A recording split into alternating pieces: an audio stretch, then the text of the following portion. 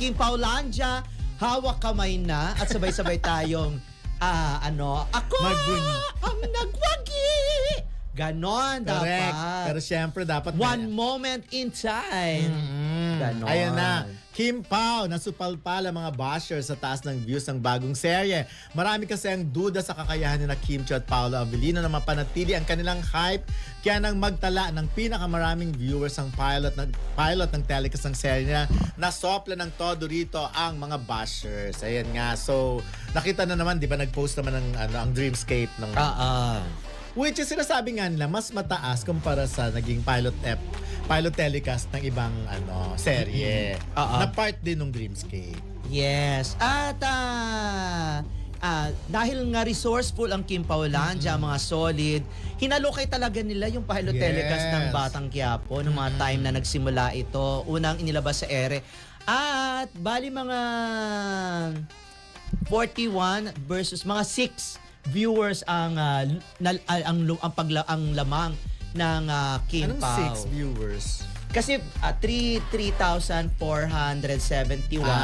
Ang kay okay. Coco ay 3,451. Pero hindi natin siyempre kino-compare yun. Di ba? Hindi Kasi nga. hindi natin pinaglalaban kasi hindi ganun ang tamang attitude. Ang importante doon, pinapakita lang na na-maintain talaga. Parang supal pala ko ni Don. Hindi, I mean kasi siyempre parang kinayaan natin Ayoko na nga, kay mag-walk Coco out Martin na nga sa Batang Quiapo noon. Para mas gusto kong isipin, at least kung ito yung naitala ni Coco nung first telecast ng serye niya, eto rin yung Kim Pao. Kumbaga hindi siya yung kaya wag natin masyadong paglaruan na parang So, panalo. pinagsasabihan mo na parang panalo ang Kim Sinosopla Pao. mo ko, ganon. Yes.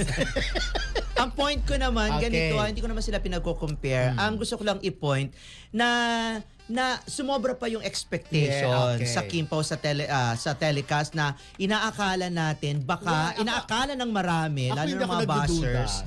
Inakali kasi ng mga bashers na hindi kakayanin ng Kim Pao ang malagpasan o mapantayan ang pilot telecast kasi may na ganun naitala May ng inaabangan Batang na ganun. Quiapo. Okay. Yung mga ganon, pero true enough, di ba? Kaya nga nasabi na supalpal, kasi nga, lumagpas pa doon sa inaasahan ng marami. At hindi lang yan, nakita nyo naman yung naglabas na yung TV ad listing or something correct, sa X at nakita doon kung gaano karami ang TV ads ng Kim Pao doon sa Free TV at saka doon sa isang network na pinapalabas sa YouTube.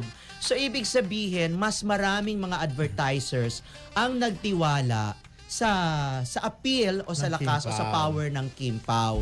Which is, para sa akin okay, importante talaga ang ratings. Napaka-importante yan. Pero, Yes. sa panahon ngayon, parang hindi na yata tinitignan ng ratings. Ang tinitignan ay kung gaano karami yung TV ads na inilalagay o ipinagkakatiwala sa isang serye o sa mga cast. Or dun sa kung saan man, kung sino man ang bumubuo ng teleserye ng ngayon. Ibig sabihin, mas marami ang naniniwala sa appeal ng Kim Pao. Hindi ko naman sinasabing hindi naniniwala din yung ibang advertisers Sa kalaban. Nataon lang na ang ganda-ganda kasi nataon lang kasi na ang dami kasi nag-aabang. So, tinake opportunity ng mga advertisers na maglagay ng ads dyan para at least makahakot din sila ng alam ng susuporta sa kanilang mga produkto.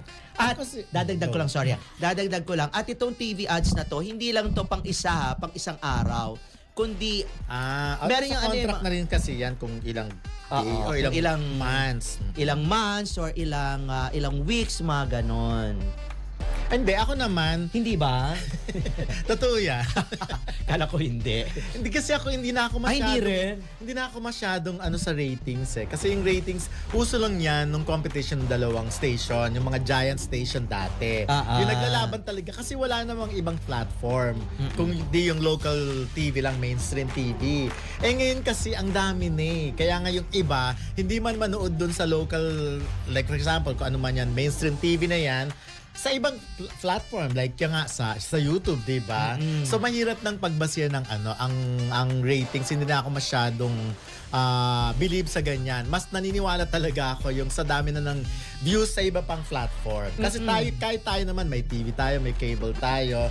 Pero most of the time talaga, di ba, nagre-rely tayo sa social media. Kasi nababasa namin yung mga comments. So parang ganun na rin lang yun. Kasi kung ratings pag-uusapan, sino bang kalaban natin or katapat natin? Di ba, halos wala naman. Oo nga. So yun lang ako. At saka, in terms of advertisement pala, so from the start naman, ang feeling ko marami. Kasi kay Kim pa lang, ang dami na niya ng, ang dami na niyang commercial, dami niya ng ads. Endorsements. Siya pa lang sulit na. May Paolo Avellino pa. Pero nakakaloka na ang feeling ko hindi lang yung mga endorsements ni Kim naman, ang nagsusubscribe or naglagay na o nag-place ng commercials nila dito, kundi iba Correct. pa. Oo, Kasi marami syempre, naman. meron din ng mga endorsements si Kim na hindi kakayanin yung rate yung rate doon sa pagpe-place ng advert. slot na yun. Hindi kakayanin yung rate na inilalagay para ng istasyon para doon sa kanilang serye. Kumbaga, baka mas mahal. Kaya nga yung iba, usually na mahal endorser, talaga ang slot na yun. Slot, oo. Milyon yun ha, milyon. Hindi to natin pinag-uusapan to mga daang-daang libo ha. Yung iba na endorsement ni Kim ay sa social media. Maganda yan kasi hindi lang yung mga pinagsisilbihang mga product ni Kim ang sumusuporta sa kanya, kundi yung mga hindi rin naman niya ini-endorse na product. Ibig sabihin talagang napakaganda ng appeal ni Kim at napakaganda rin naman ng appeal ni Paolo sa mga endorsers. Kasi syempre dapat friendly ka. Friendly yung appealing ka, dapat wala kang skandalo, wala kang kung ano man ang mga kontrobersiya. Yung personal mong kontrobersiya, yung nangyari naman kay Kim doon sa kanyang kapatid ay hindi naman yung kinoconsider. Nakalagay yun sa clause, sa kontratang pinipirmahan mo sa bawat product na iyong ini-endorse or pinipirmahan mong kontrata. Ako, parang nakatulong ang mga bashers sa sa serye ng Kim Pao. Kasi talagang from the start, talagang nandyan na sila eh. Talagang inaasahan nila. Parang gusto ng bugbugin ang gusto yung Kim Pao serye. To the point na, can you imagine, bashers ka pero nanonood ka nung serye. And at the same time, dahil sa mga bashers na yan, mas naging resourceful nga yung mga Kim Paulaja. Grabe sila Carlos Miguel. Talagang ang pagre-research nila pagtungkol sa mga commercials at tinutukan talaga nila, binibilang nila kung gaano karami ang commercials. Katulad nga dito, sila mismo ang nagbibilang ng mga commercials. Nanonood lang yan. 200 plus daw yung ads. Ikaw ba naman? Sa 2 days at sabi ni Jules, it's me Jules. Kung di ka naman masyadong involved dun sa production, di ba gagawin mo ba yun na bilangin ang mga ang mga commercials? Kaya nga sabi, walang dapat igabahala dun sa sinasabi nilang ratings kasi again, hindi naman masyadong sa ratings. Pero ang importante doon, yung paldo-paldo ng araw, paldo na ang kung sino mang producer ng Kim Pao serye na ito. Kaya kapag sinasabi ng mga basher na flop daw ang Kim Pao, paano magiging flop? Napakaraming commercials, napakaraming TV ads. At yung engagement, napakadami din. At inaabangan hindi lang sa free TV, kundi sa isa pang platform at doon nga sa network sa YouTube. Ako nga pinanood ko nga yung kahapon. Okay. Yun nga na kasi pag mga ganyan kasi, para may inip kayo dahil merong episode 1. Episode 1 from 1 to 3, ganon. Ganyan din yung ginawa ko noon. Nanood ako ng Linla sa YouTube. Pero maganda yan kaya nga yung ngayon, yung mga nagsasabing flop, parang tinatawanan na lang ng Kim Paulanja. Ganon ba maglabasan tayo ng resibo? Yun nga, at least may yan. resibo. Tama yun. Talagang, ako again, sabi ko nga yung mga nagsasabi ng ganyan, yung mga bashers, at least mas nagiging resourceful talaga ang Kim Paulanja. Talagang research at pinipakita nila yung resibo. Yun ang importante, may resibo. At hindi, katulad ngayon, parang hindi nila masyadong pinapansin na yung mga bashers. Kasi eto na resibo, meron pang iba na tumatawa lang eh. Tama lang naman yan, pagtawanan nyo na lang sila. Kasi parang, hindi naman sila makapaglabas, kunwari, sabihin na flop. Hindi naman sila makapaglabas ng total na pinagtatabi yung kabila at pinagtatabi yung kinita or yung ads, yung dami ng ads ng serye.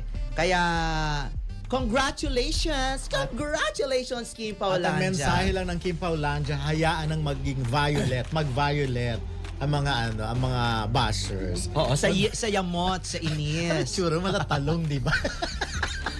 At bongga rin naman at nakakatuwa naman itong si Kim at saka si Paolo. Hindi sila nakalimot na magpasalamat. Correct. Sa kanilang mga fans. Kahit alam nating busy itong dalawang ito sa kung anong kanilang mga ganap o sa ganap nilang dalawa.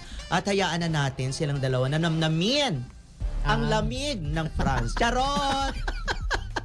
Not sure, ganon. Basta yon, happy ang Kim Paulandia kahit na ano pang sabihin, hindi talaga mabubuwag. Oo. At hindi masisira ang mood nila. Yun Correct. muna. Mamaya baka mayroon pa tayo mapagchikan tungkol dyan.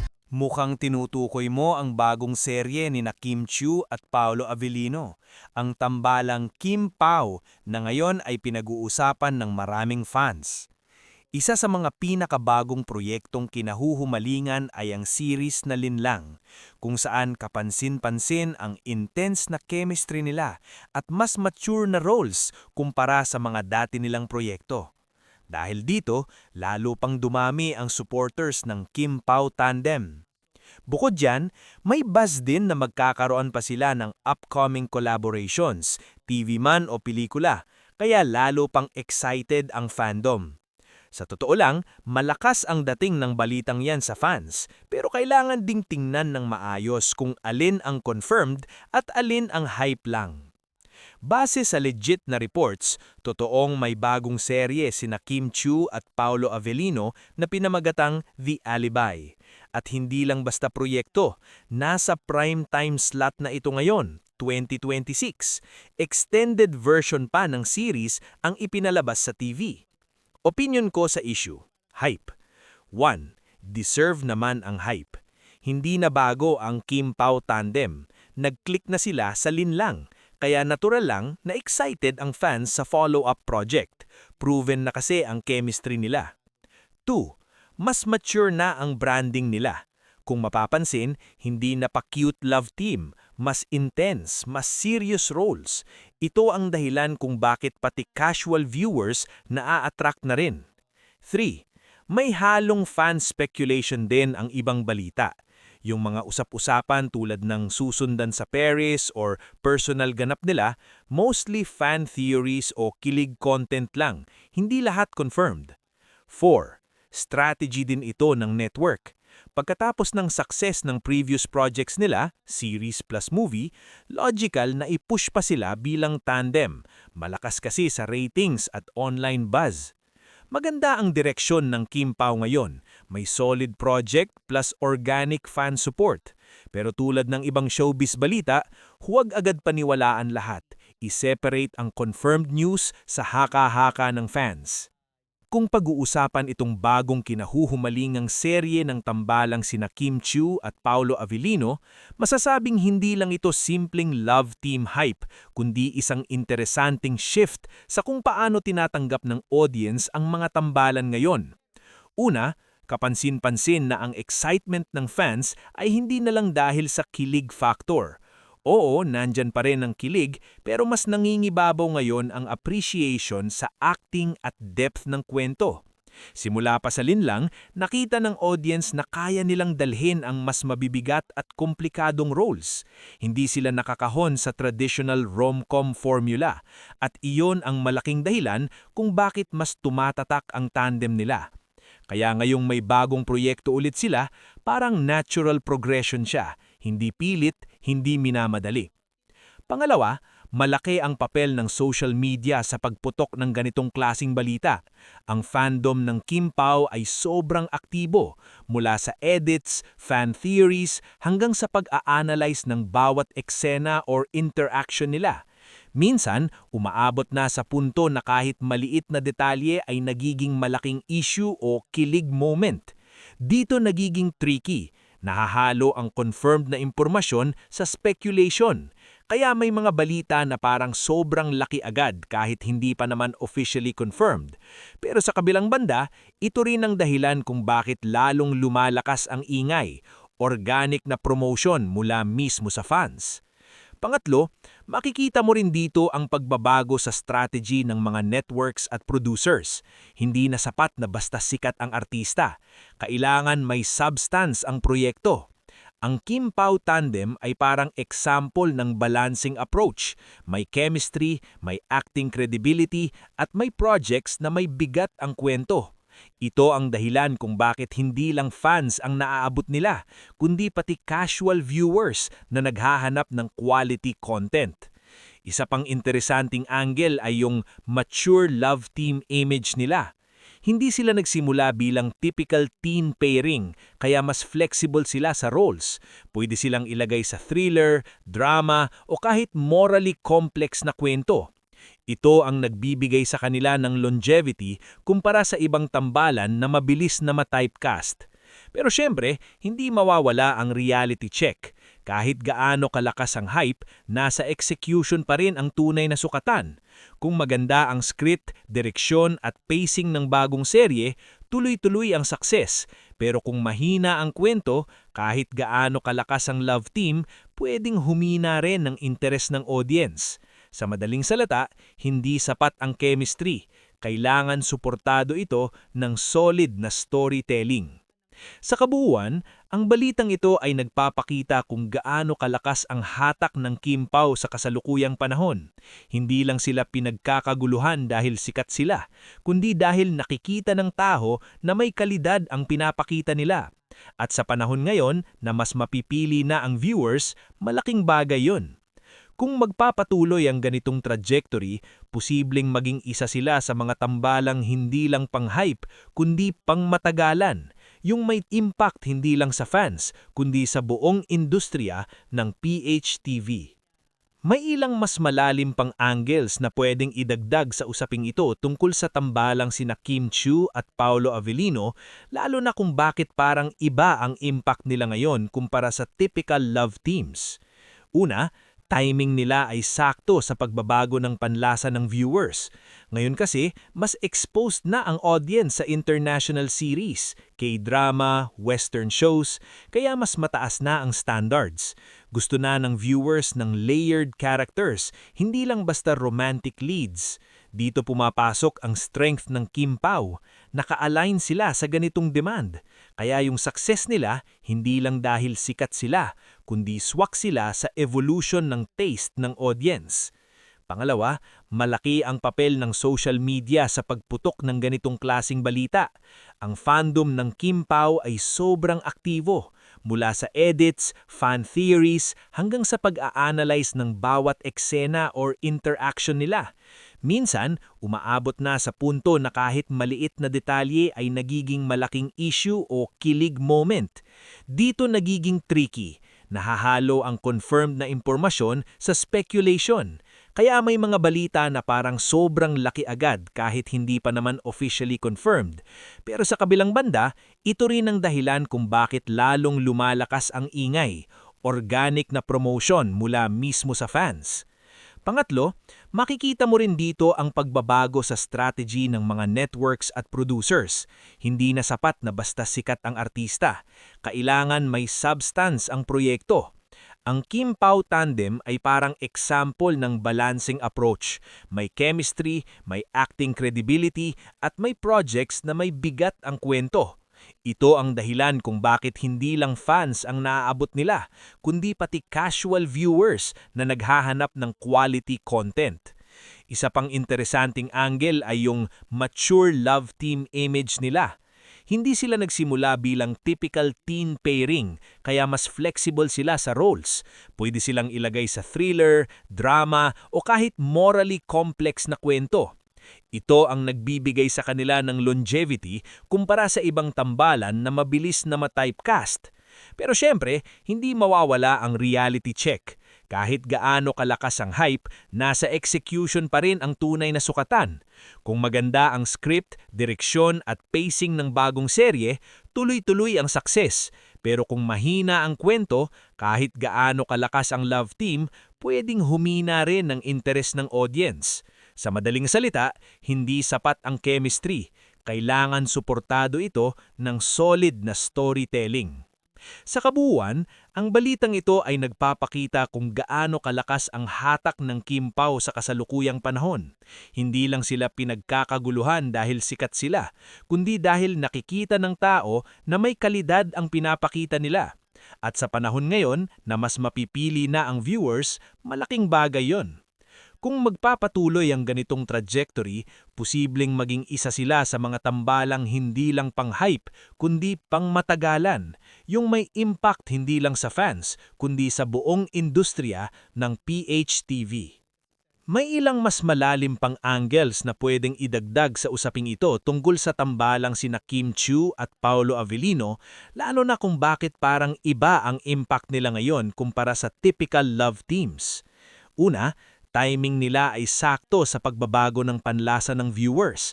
Ngayon kasi, mas exposed na ang audience sa international series, K-drama, western shows, kaya mas mataas na ang standards. Gusto na ng viewers ng layered characters, hindi lang basta romantic leads. Dito pumapasok ang strength ng Kim Pao. Naka-align sila sa ganitong demand. Kaya yung success nila, hindi lang dahil sikat sila, kundi swak sila sa evolution ng taste ng audience. Pangalawa, malaki ang papel ng social media sa pagputok ng ganitong klaseng balita. Ang fandom ng Kim Pao ay sobrang aktibo, mula sa edits, fan theories, hanggang sa pag-a-analyze ng bawat eksena or interaction nila. Minsan, umaabot na sa punto na kahit maliit na detalye ay nagiging malaking issue o kilig moment. Dito nagiging tricky, nahahalo ang confirmed na impormasyon sa speculation. Kaya may mga balita na parang sobrang laki agad kahit